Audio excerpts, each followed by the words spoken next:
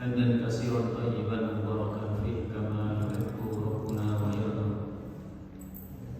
الحمد لله الذي بنعمته تتم الصالحات. أشهد أن لا إله إلا الله وأشهد أن محمدا عبده ورسوله. يا أيها الذين آمنوا اتقوا الله حق تقاته ولا تموتن إلا وأنتم مسلمون. يا أيها الذين آمنوا اتقوا الله وقولوا قولا سديدا يصلح لكم أعمالكم ويغفر لكم ذنوبكم ومن يطع الله ورسوله فقد فاز فوزا عظيما. اللهم إنا نسألك علما نافعا ورزقا طيبا وعملا متقبلا. ربنا تقبل منا إنك أنت السميع العليم وتب علينا إنك أنت التواب الرحيم. أما بعد. Muslimin muslimat, Bapak Ibu, jamaah salat maghrib Masjid Al-Mawaddah yang dirahmati oleh Allah. Alhamdulillah, bersyukur dan senantiasa memuji Allah atas semua nikmat-nikmatnya, atas semua karunia-Nya. Malam hari ini kembali Allah pertemukan kita di salah satu rumahnya yang mulia. Mudah-mudahan pertemuan malam hari ini menjadi sarana dihapusnya dosa-dosa kita, diangkat derajat kita di sisi Allah Subhanahu wa taala. Allah memberikan sakinah, memberikan ketenangan, dan mudah-mudahan kita termasuk para hamba Allah yang didoakan para malaikatnya yang mulia. Amin amin ya rabbal alamin.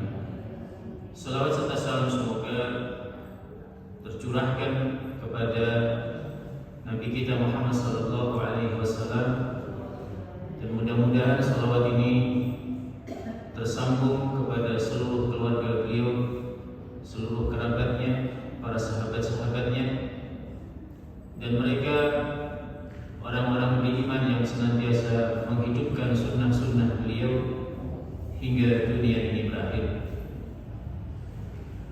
Dan juga kita berharap kepada Allah, berdoa dengan sungguh-sungguh, mudah-mudahan kita semua dan seluruh keluarga kita yang ada di rumah termasuk yang mendapatkan syafaatul uzma dari baginda Nabi Muhammad sallallahu alaihi wasallam. Amin amin ya rabbal alamin. Jamaah yang dirahmati Allah, malam hari ini adalah pertemuan kedua. Kita membahas tentang perang Zatul Riqa. Kemarin sudah kita sampaikan kenapa perang ini disebut sebagai perang Zatul Riqa, dikarenakan perang ini adalah termasuk perang yang menempuh perjalanan yang panjang, yang jauh. Sementara perbekalan kaum muslimin itu sangat minim sekali. Kita bisa bayangkan untuk satu ekor kuda itu dipakai kurang lebih 5 sampai 6 para mujahidin. Itu mereka bergantian. Sekian mil, nanti si fulan naik ke atas kuda, gantian. Maka kebanyakan mereka, waktu mereka dalam perjalanan itu dihabiskan dengan berjalan kaki. Sementara saat itu cuaca sangat panas dan terik, sampai kemudian kaki para sahabat itu terluka. Bahkan kuku-kuku mereka sampai patah dan berdarah-darah. Maka kemudian mereka membungkus kaki-kaki mereka itu dengan kain-kain, sehingga perang itu disebut sebagai perang Zatul Riqa.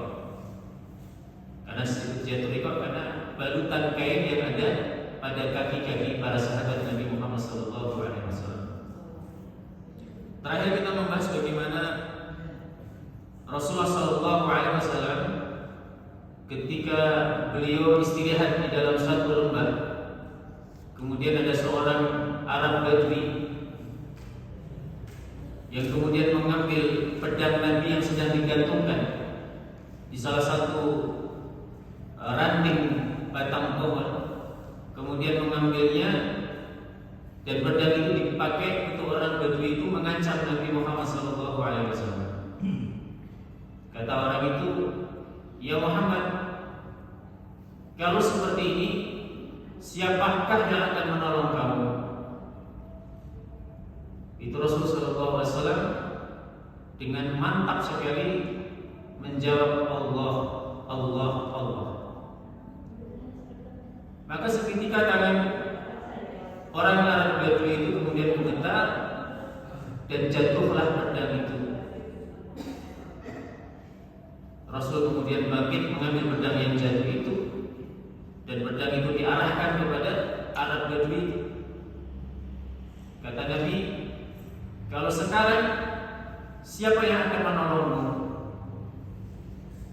Arab Badui itu dengan rasa ketakutan yang luar biasa mengatakan, tidak ada yang bisa menolongku wahai Muhammad kecuali engkau mau memaafkan segala kesalahan. Nah, ini Masya Allah kita belajar bagaimana tentang sifat kelapangan hati Nabi Muhammad SAW yang sangat mudah memaafkan kesalahan orang lain. Ini orang yang mau membunuh Nabi, yang mau mengambil nyawa Nabi, tapi begitu Nabi punya kesempatan untuk membalas, Nabi Muhammad SAW itu lebih memilih untuk memaafkan orang itu. Ini Masya Allah. Ya, ini teladan yang mesti kita tiru. Maka Allah Subhanahu wa Ta'ala menurunkan satu ayat di dalam Al-Quran, yaitu surah Al-Maidah ayat 67. Wallahu ya'simuka minan nas. Sesungguhnya Allah memelihara kamu. Kamu ini bisa Nabi Muhammad SAW, bisa orang-orang beriman saat itu sampai hari ini. Jadi ini sifatnya adalah umum, Bapak Ibu, bahwa Allah akan memelihara nabinya, memelihara orang-orang beriman dari segala macam gangguan manusia. Itu maknanya. Dan ini menjadi jaminan keselamatan Nabi Muhammad SAW. Sebagian ulama mengatakan bahwa dahulu Rasul SAW itu selalu dikawal oleh para sahabat-sahabatnya. Jadi di rumah Nabi itu, Bapak Ibu, di mana Nabi itu bermalam, itu rumah Nabi dikelilingi oleh para sahabat untuk menjaga beliau, menjaga keselamatan beliau. Tapi ketika turun surah Al-Maidah ayat 11 ini, Nabi Muhammad SAW itu mengatakan kepada para sahabat Nabi, pada hari ini saya tidak butuh bantuan kalian lagi, saya tidak butuh penjagaan kalian lagi, karena Allah Subhanahu wa Ta'ala yang maha kuat, yang maha perkasa, yang maha rahman dan rahim, itu telah menjamin kepadaku bahwa dialah yang akan menjaga kepada Nabi Muhammad SAW. Menurut Syekh Al-Budi, maksud memelihara pada ayat ini itu bukan berarti Rasul tidak tersentuh gangguan atau permusuhan orang-orang yang memusuhi beliau. Bagaimana kita lihat sejak zaman Nabi masih di kota Mekah, itu orang-orang Quraisy tidak pernah berhenti memusuhi Nabi Muhammad SAW. Dan ini sunatullah, Bapak Ibu, bahwa orang-orang beriman itu salah satu ujian yang diberikan oleh Allah adalah Allah menghadirkan orang-orang itu untuk memadamkan dakwah Islam sampai hari kiamat. Itu pasti, ya. Maka barang siapa yang memilih jalannya Nabi, maka dia akan berhadapan dengan onak dan duri. Dia akan berhadapan dengan ancaman-ancaman musuh, sebagaimana ancaman yang diberikan oleh musuh-musuh Allah kepada Rasulullah SAW. Dan kata beliau Imam Al-Bukhari bahwa maksud dari pemeliharaan Allah adalah Nabi kita tidak tersentuh oleh tangan-tangan yang berusaha membunuh beliau dan menghentikan marwah dakwah beliau. Itu makna memelihara di dalam surah Al-Maidah ayat 11. Di dalam ayat lain Allah Subhanahu wa taala mengabadikan kisah perang Zatul Riqah di mana Rasulullah sallallahu alaihi wasallam dilindungi oleh Allah Subhanahu wa taala. Ya. Di dalam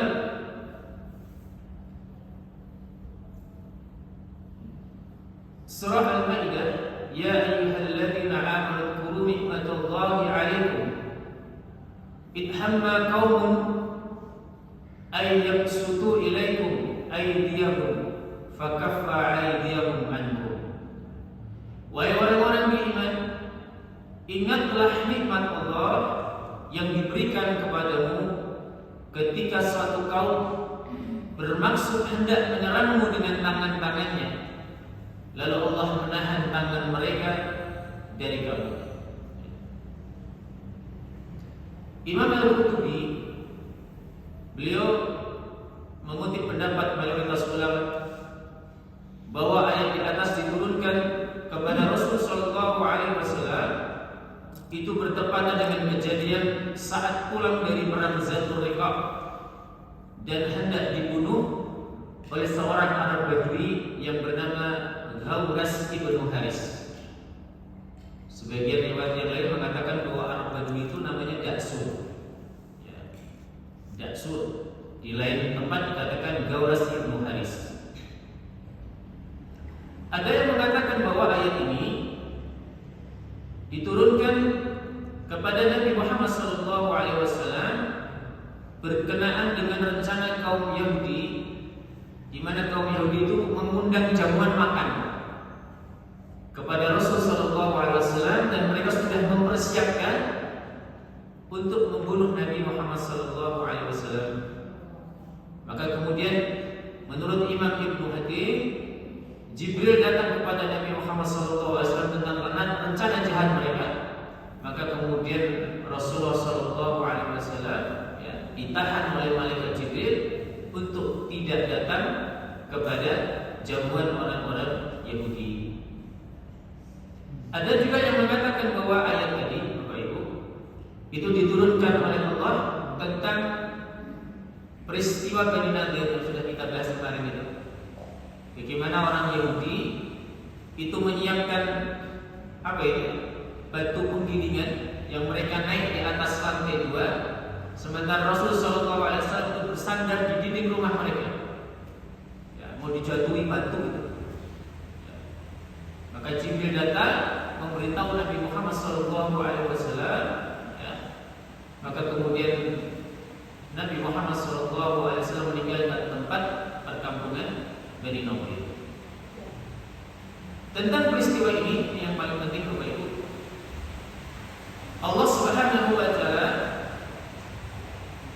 itu menyampaikan satu kalimat, wa 'alallahi falyatawakkalul mu'minun, dan hanya kepada Allah orang-orang mukmin itu bertawakal. Orang-orang mukmin itu menyandarkan hidupnya hanya kepada Allah Subhanahu wa taala, menggantungkan perlindungan dan penjagaannya hanya kepada Allah Subhanahu wa taala. Jadi tawakal itu kata yang sering kita dengar, cuman kadang-kadang ini kalimat yang hanya berputar-putar pada teori. Jarang dari kita ini kemudian mengaplikasikan kata tawakal ini dalam kehidupan sehari-hari. Jadi orang-orang beriman itu dia meyakini bahwa tidak ada sandaran yang paling baik, sandaran yang paling kokoh kecuali sandarannya itu hanya kepada Allah Subhanahu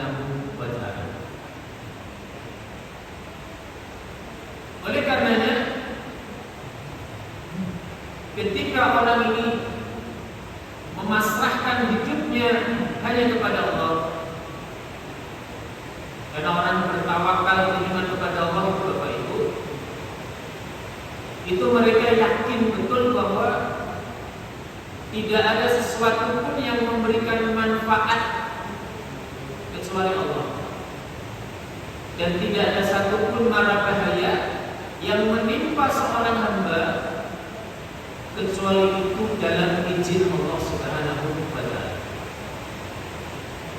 Maka orang-orang beriman itu, Masya Allah, ketika mereka menggantungkan hidupnya hanya kepada Allah, mereka tidak akan pernah takut kepada siapapun kecuali takutnya hanya kepada Allah Subhanahu wa Ta'ala. Para ulama mengatakan bahwa jalan untuk meraih sukses, jalan untuk mendapatkan keuntungan adalah dengan bekal takwa dan tawakal kepada Allah Subhanahu wa Ta'ala. Allah berfirman, "Wa may yattaqillah yaj'al lahu makhraja wa yarzuqhu min haitsu la yahtasib wa may yatawakkal 'ala Allah fa huwa hasbuh." Barang siapa yang bertakwa kepada Allah, niscaya Allah akan memberikan jalan keluar untuknya dan memberi rezeki dari arah yang tidak pernah dia sangka-sangka. Dan barang siapa yang bertawakal kepada Allah, niscaya Allah akan cukupkan segala keperluannya.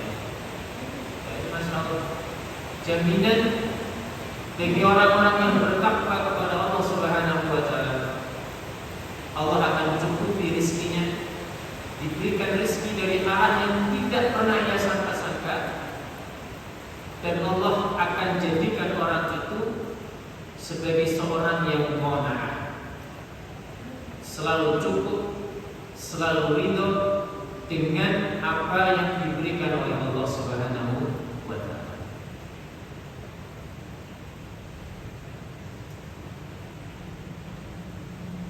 Rasulullah Shallallahu Alaihi Wasallam itu pernah memberikan nasihat Bapak Ibu kepada Abu Dzar Al-Ghifari mengenai surah At-Talaq ayat 3 tadi. Begitu dibacakan ayat itu kepada Abu Dzar, Rasulullah Shallallahu Alaihi Wasallam kemudian menyampaikan kalimat, "Lau anna an-nas kullahum akhadhu biha lakafatkum." Seandainya semua manusia mengambil nasihat itu tadi, surah At-Talaq ayat 3 itu sudah cukup untuk memberikan kecukupan kepada mereka. Artinya apa? Bahwa ketika orang ini bertakwa dan bertawakal hanya kepada Allah, maka sungguh Allah akan mengurus urusan dunianya dan Allah akan mengurusi masalah agamanya. Artinya dunianya Allah cukupi, kemudian ilmu tentang Allah akan berikan. Artinya kalau seseorang itu diberikan ilmu agama, difahamkan tentang ilmu agama, maka sesungguhnya seorang hamba itu dipilih oleh Allah untuk diberikan kebaikan-kebaikan oleh Allah Subhanahu wa Ta'ala. Imam As-Sadi beliau berbicara tentang makna tawakal, bahwa barang siapa yang menyandarkan dirinya hanya kepada Allah, maka Allah Subhanahu wa Ta'ala akan memberikan manfaat untuknya dan menjauhkan orang itu dari kemudaratan yang akan menjadi musibah agamanya, menjadikan musibah dunianya. Karena Allah Subhanahu wa Ta'ala sesungguhnya Dia adalah Al-Ghani. Apa itu Al-Ghani? Maha kaya. Dan Allah sesungguhnya Al-Qawi, Maha kuat. Allah adalah Al-Aziz, Zat yang maha perkasa. Maka siapapun di antara kita, selemah apapun kita Bapak Ibu, kalau kita kemudian menggantungkan hidup kita hanya kepada Allah, maka yang lemah tadi itu akan diganti oleh Allah Subhanahu wa taala dengan kekuatan yang istimewa. Kita harus meyakini ini.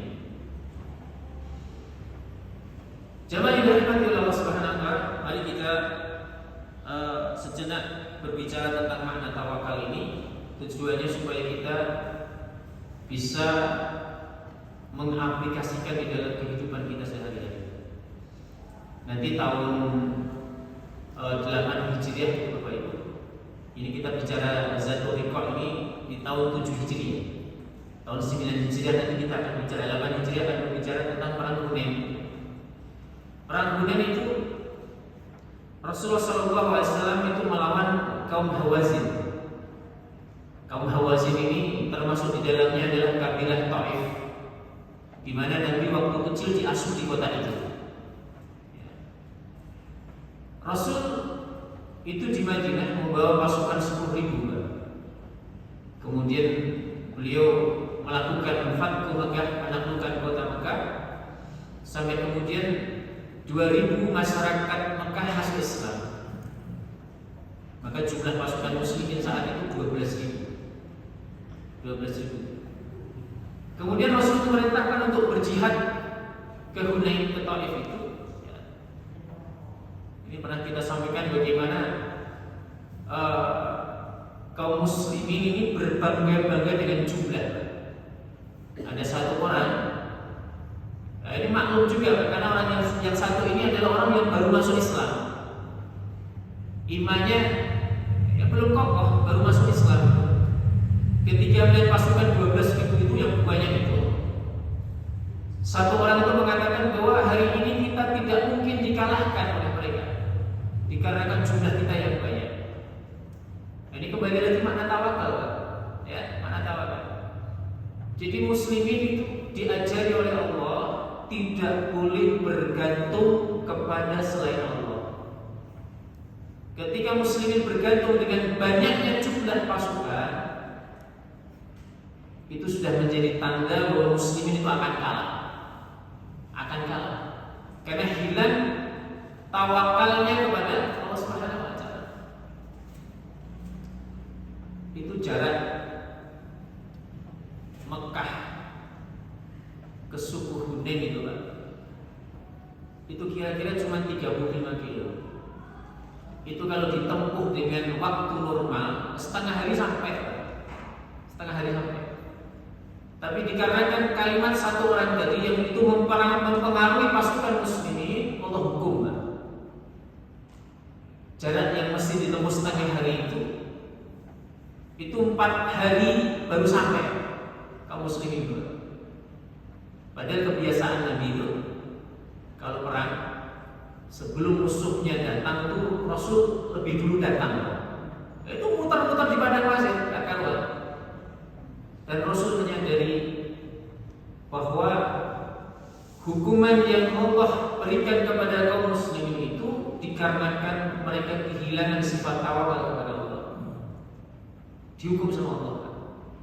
Maka kemudian Rasul meminta para sahabat untuk banyak beristighfar kepada Allah, meminta ampun kepada Allah Subhanahu wa taala. Begitu sampai di lembah Hunain, itu ternyata pasukan sudah siap, pasukannya musuh. Rasul dilempari dengan anak panah.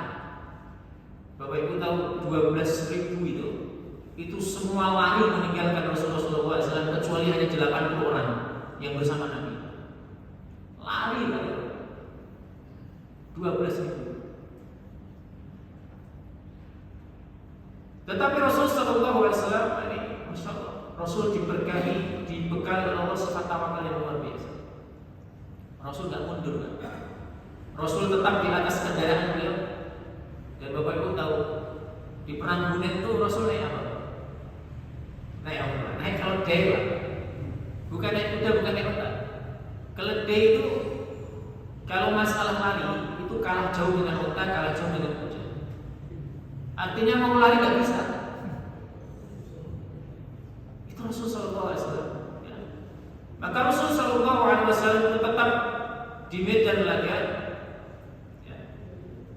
Dikatakan oleh Jadi Bara' bin Azib ini pernah ditanya oleh seseorang yang tidak ikut terlibat di dalam perang Hunain. Kata sahabatnya, "Ya Bara', apakah kau termasuk orang yang melarikan diri dalam perang Hunain?" Kata temannya.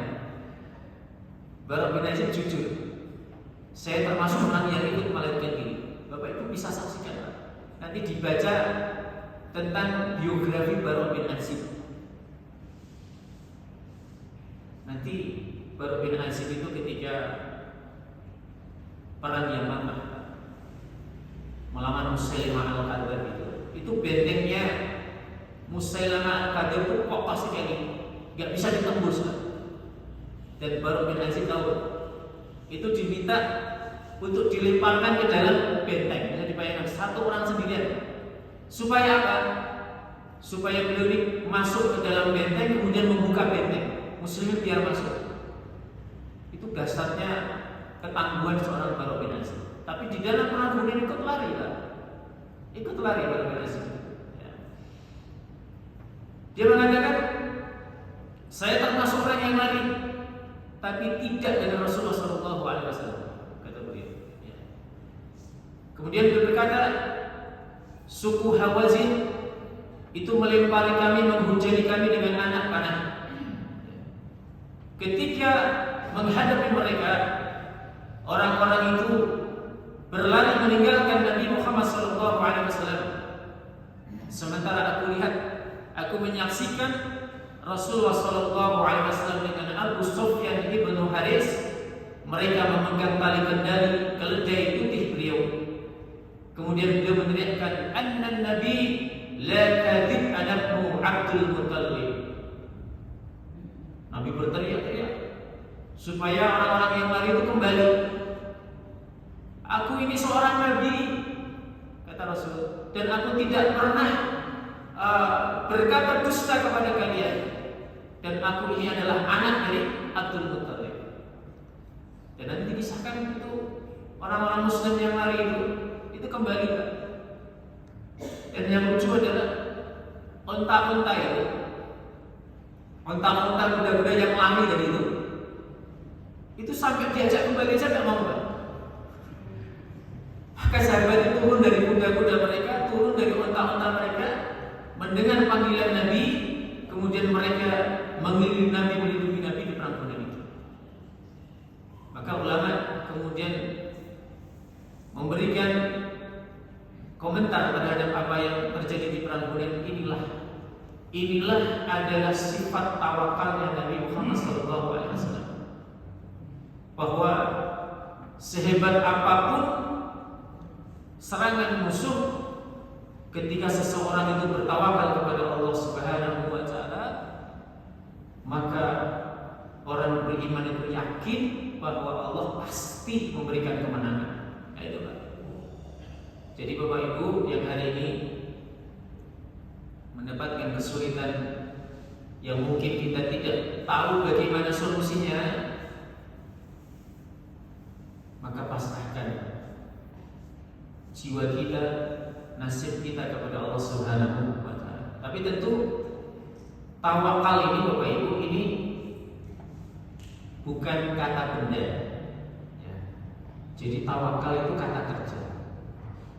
Jadi tidak betul seorang yang mengatakan saya tawakal kepada Allah itu hanya dia di dalam masjid berzikir, sholat tanpa berbuat apa-apa, itu keliru.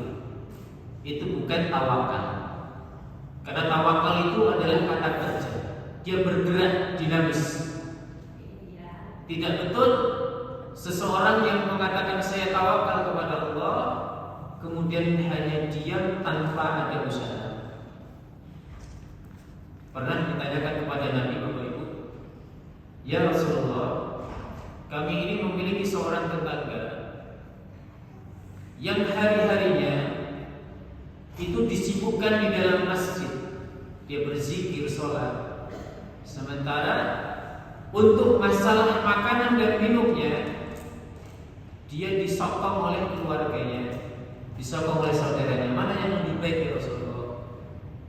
Kata Nabi, Yang terbaik di antara mereka adalah saudaranya yang memberikan makan dan minum itu.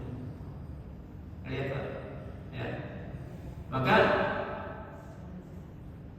orang yang bertawakal ini tidak hanya diam, dia bermalas-malasan, tidak berusaha, tapi yang namanya tawakal adalah dia berusaha dengan sungguh-sungguh untuk meraih apa yang dia harapkan. Kemudian ketika hasil itu didapatkan, ya, maka kemudian dia bertawakal kepada Allah Subhanahu wa taala. Ya Allah, terima kasih. Ini rezeki yang terbaik untuk, meskipun itu kecil, itu namanya tawakal. Dan tidak hanya Nabi Muhammad SAW, tawakal ini juga dicontohkan oleh Nabi Musa alaihissalam. Nabi Musa itu pernah ngadu sama Allah, Pak.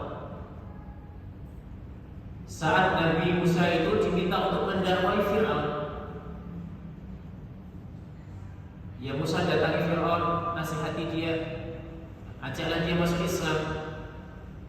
Nabi Musa berkata, Rabbana innana nakhafu ay yafruta alaina aw ay yatgha. Nabi Musa, Nabi Harun itu ngadu sama Allah, ya Tuhan kami, sungguh kami ini khawatir Fir'aun, ya, itu akan menyiksa kami atau akan melakukan perbuatan yang melampaui batas kepada kami. Itu Fir'aun, Musa, Bapak Ibu tahu Musa ya? Musa itu diberikan kekuatan oleh Allah luar biasa. Ya. Pernah ada seorang Bani Israel, orang Mesir ini berantem, Pak. Berantem. Itu Musa itu niatnya apa itu? Misah gitu ya. Orang berantem misah itu cuma didorong itu mati, Pak. Didorong itu mati. Itu saking kuatnya Nabi Musa alaihissalam. Ya. Batu itu. Yang kemarin kita sampaikan bagaimana Nabi Musa membantu seorang wanita, dua orang wanita yang ingin memberikan minuman kepada domba-dombanya. Sebelum dikasih minum ternyata sumur itu ditutup. Dan tutup sumur itu hanya mampu diangkat oleh 10 orang. Kalau nggak lebih dari 10 orang nggak bisa itu. Itu cukup Musa diangkat. Cukup Musa toh. Itu saking kuatnya Musa. Tapi ternyata Nabi Musa itu ketakutan menghadapi Fir'aun. Maka ketakutan Fir'aun ini, ketakutan Nabi Musa ini diingatkan oleh Allah Subhanahu wa taala. Agar ternyata Nabi itu juga bisa terlena, bisa lalai ternyata. Dan ternyata Allah Subhanahu wa taala ini mengingatkan Nabi Musa. Kata Allah Subhanahu wa taala, "Qala la takhafa innani ma'akuma asma'u wa ara." Allah berfirman, "Wahai Harun, wahai Musa, janganlah kalian berdua khawatir," kata Allah. Ya. Sesungguhnya aku Allah akan selalu bersama kalian berdua, dan aku mendengar dan aku melihat. Oh, sekelas Nabi loh Pak. Sekelas Nabi itu perlu diingatkan. Apalagi kita. Ya. Kadang kita ini dalam satu fase kehidupan kita itu kita sering terlena gitu ya. Maka perlu kita baca ini Pak, ayat-ayat seperti ini itu mengingatkan kita gitu ya. Jadi Al-Quran itu tidak hanya dibaca, tapi Al-Quran itu perlu ditadaburi. Kenapa begitu? Karena kita ini kadang-kadang punya sifat futur. Iman itu tiba-tiba jatuh ke bawah gitu. Maka ini perlu diingatkan dengan ayat ini. Kemudian satu ayat lagi untuk memperkuat kita baik. Allah berfirman di dalam surah Al-Baqarah ayat 257. A'udzu billahi minasyaitonir rajim. Allahu waliyyul ladzina amanu yukhrijuhum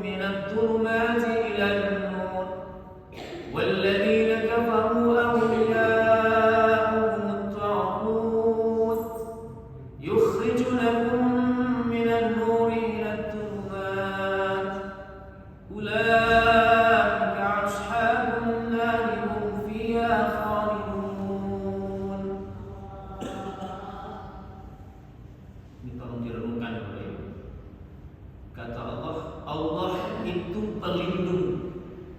Allah itu pelindung bagi orang-orang beriman. Allah itu pelindung bagi orang-orang beriman. Dialah yang mengeluarkan manusia dari kegelapan kepada cahaya iman. Sementara orang-orang kafir, orang-orang yang tidak beriman kepada Allah, pelindung mereka adalah syaitan. Pelindung mereka adalah taghut yang mengeluarkan mereka dari cahaya kepada kegelapan. Mereka adalah penghuni neraka dan mereka kekal di dalamnya. Diriwayatkan Imam Bukhari dan sahabat Abu Hurairah, Rasulullah SAW bersabda, dan jika hambaku senantiasa mendekatkan diri kepadaku dengan ibadah-ibadah tambahan, ibadah-ibadah sunnah. Bapak Ibu, kalau habis sholat maghrib itu ada sholat rawatib, ya, ba'diyah maghrib. Maka aku pasti akan mencintai orang itu. Jika aku telah mencintainya, maka akulah yang menjadi pendengarannya, yang dengan itu dia mendengar. Masya Allah. Ya. Jadi kalau seseorang ini dicintai oleh Allah, maka dia akan diberikan pendengaran oleh Allah. Dan aku yang akan menjadi pendengarannya. Akulah penglihatannya yang dengannya dia melihat. Akulah tangannya yang dengannya ia memegang. Dan akulah kakinya yang dengannya dia berjalan. Jika dia minta kepadaku, maka aku kabulkan. Dan jika dia memohon perlindungan, pasti aku akan menjaganya. Masya Allah. Bisa dibayangkan? Kalau tangan kita, kaki kita, ya, pendengaran kita, mata kita ini dibantu oleh Allah Subhanahu wa Ta'ala, maka pasti yang dilakukan mata kita, dilakukan telinga kita, kaki kita, tangan kita itu pasti sesuatu yang baik. Karena Allah menjamin, menjaga tangan kita, telinga kita, kaki kita, dan tangan kita. Dan Allah memberikan jaminan, barang siapa yang dicintai oleh Allah dengan ibadah-ibadah tadi yang dengan tujuannya adalah mendekatkan diri kepada Allah, maka apapun yang dia minta, maka Allah akan kabulkan. Kalau dia minta penjagaan dari Allah, minta perlindungan dari Allah, maka Allah akan lindungi. Terakhir, oleh rahmati Allah Subhanahu wa Ta'ala, ada kisah ini menarik sekali. Kisah ini disampaikan oleh Imam Ibnul Jauzi dalam kitab beliau Uyun al-Hikayat min Qasas as-Salihin. Ya. Beliau menyampaikan satu kisah dari sahabat Nabi namanya Abu Mu'alib. Abu Mu'alib, kayaknya namanya belum familiar, ya. Tapi ini memiliki kisah yang luar biasa. Abu Mu'alib adalah orang yang rajin beribadah dan wara, meninggalkan perkara yang haram dan perkara yang subhan. Pada suatu hari ketika beliau ini melakukan perjalanan dagang, Bapak Ibu, itu dicegat sama seorang perampok. Perampok, kemudian perampok itu mengancam, meminta kepada Abu Mu'alib untuk meninggalkan hartanya. Kata perampok itu, letakkan hartamu, atau kalau tidak, saya akan pasti membunuhmu. Ancam dari perampok tadi. Abu Mu'alib lantas menjawab, apa hubunganmu dengan darahku? Sedangkan yang kau minta, yang kau inginkan hanyalah harta. Perampok tadi menimpali, harta itu menjadi milikku, dan saya hanya ingin menginginkan darahmu. Saya ingin kamu mati, kata perampok itu. Melihat pencuri atau perampok yang akan membunuhnya itu, Abu Malah kemudian memohon, enggak masalah. Hartaku kamu ambil, enggak masalah. Atau bahkan kau membunuhku juga enggak masalah. Tapi izinkan aku untuk melakukan sholat 2 rakaat atau 4 rakaat. Ternyata pencurinya tadi mempersilahkan Abu Malah untuk sholat apa? Kemudian Abu Malah mengambil air wudu. Setelah itu beliau sholat 4 rakaat. Pada akhir sujudnya ia berdoa, ya Allah, ya Wadud, yang memiliki arsy yang agung, yang maha melakukan apa yang engkau kehendaki. Aku memohon dengan keagunganmu yang tidak akan pernah berkurang dan kekuasaanmu yang tidak akan pernah runtuh, dan dengan cahayamu yang memenuhi seluruh sisi arsimu, agar engkau menghentikan kejahatan pencuri ini. Wahai Zat yang maha menolong, tolonglah saya. Ketika beliau berdoa seperti itu sebanyak 3 kali, tiba-tiba datanglah seorang prajurit berkuda yang memegang tombak yang diletakkan di antara 2 telinga kuda itu. Maka kemudian tiba-tiba tentara tadi, prajurit berkuda tadi mendatangi perampok tadi dan menusuknya dengan tombak itu hingga mati. Abu Malah kemudian bertanya, siapakah Anda? Kata prajurit berkuda tadi, saya ini adalah malaikat dari langit yang keempat. Ketika aku berdoa, maka doaku yang pertama itu, aku mendengar pintu-pintu langit bergerak. Setelah itu engkau berdoa dengan doamu yang kedua, maka aku mendengar penduduk langit menjadi hiruk-pikuk. Malaikat itu melanjutkan, setelah itu engkau berdoa dengan doamu yang ketiga, maka dikatakan kepadaku, ini adalah orang yang membutuhkan pertolongan, kata Allah Subhanahu wa taala. Ya. Maka Allah Subhanahu wa taala memberikan tugas untuk membunuh perampok itu. Ya. Masya Allah. Ya. Kemudian Imam Ibnu Abi Dunya dalam kitab Mujabud Da'wah berkata bahwa Anas berkata, ketahuilah, siapapun dari kalian yang berwudu kemudian melakukan sholat 4 rakaat dan selanjutnya berdoa dengan doa yang diucapkan oleh Abu Mu'allah, maka doanya pasti akan dikabulkan oleh Allah Subhanahu wa taala. Di sana tadi ada syaratnya, bagaimana doa itu mengagungkan Allah, memuji Allah Subhanahu wa taala, memuji-muji Allah, ya.